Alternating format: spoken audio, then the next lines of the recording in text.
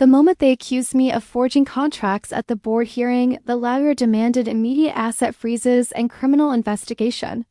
I stood in the glass conference room, surrounded by executives, stripped of any right to defend myself or even speak. My name is Emily Carter, CEO of a Chicago manufacturing company, and the fraudster they claimed would soon be prosecuted. Sitting across from me was my mother, Linda Carter, dressed in black, calm, and composed like a witness testifying against me.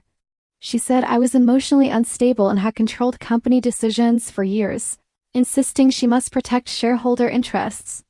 The entire meeting was recorded, board members whispering, exchanging glances, while I was judged guilty before I even spoke.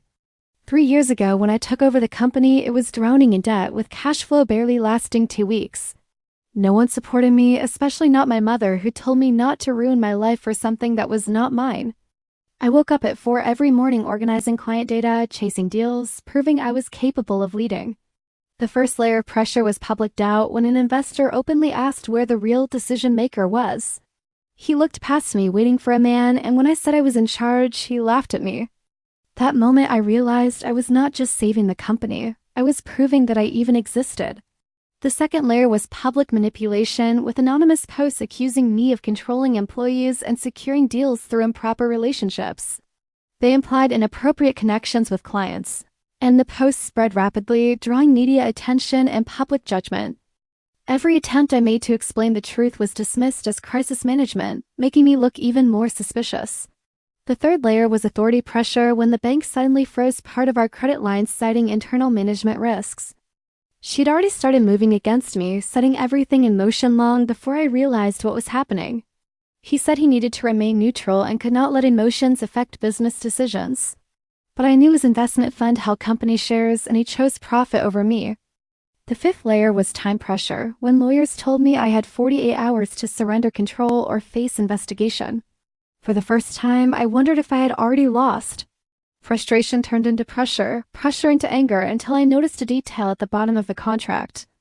A system-generated timestamp that could not be altered under any circumstance.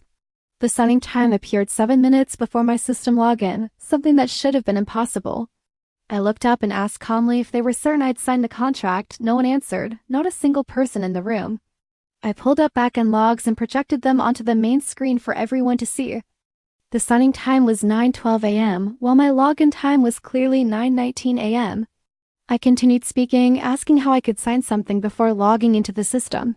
His face turned pale as he said the system does not make mistakes.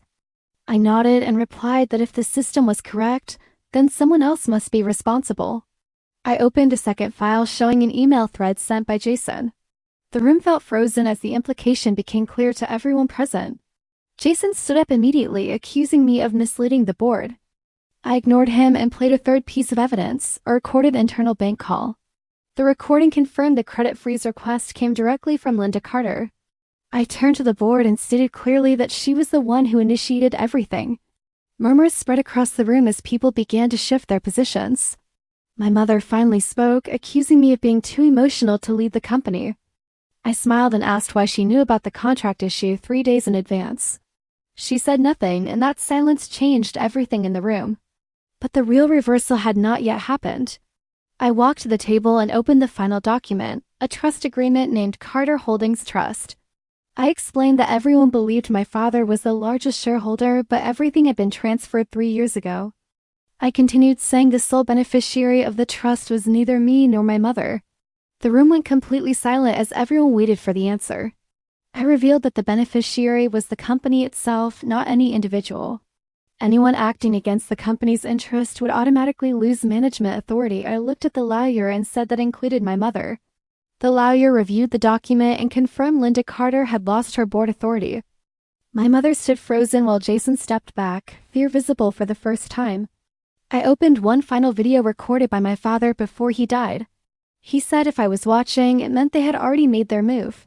He reminded me the company belonged to whoever was capable of protecting it. The video ended and the room filled with low murmurs and shifting alliances.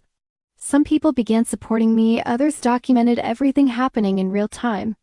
Public perception flipped completely as control returned to me. I sat back down and calmly said the meeting should continue. 1 week later, Jason's fund was investigated and he was forced out. My mother lost all authority and moved out of the company residence. Media headlines changed from fraud scandal to family power struggle. I had won, at least on the surface. But 3 months later, I received an anonymous email with a single sentence. It said my father was never protecting me. Attached was an earlier version of the trust agreement dated 5 years ago. The listed beneficiary was Jason's fund, not the company. I stood frozen, realizing the truth all at once. The change 3 years ago was not protection, it was replacement. I looked out over Chicago's skyline and felt something shift. For the first time, I did not know if I had truly won, or if I had only stepped into someone else's game.